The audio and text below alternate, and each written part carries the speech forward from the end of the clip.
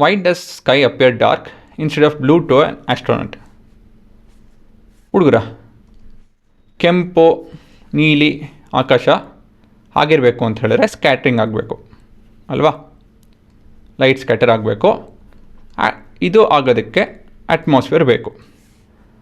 ಅಕಸ್ಮಾತಾಗಿ ಅಟ್ಮಾಸ್ಫಿಯರೇ ಇಲ್ಲ ಅಂತ ತಿಳ್ಕೊಳ್ಳಿ, ಸ್ಕ್ಯಾಟ್ರಿಂಗ್ ಆಗುತ್ತಾ? ಆಗಲ್ಲ.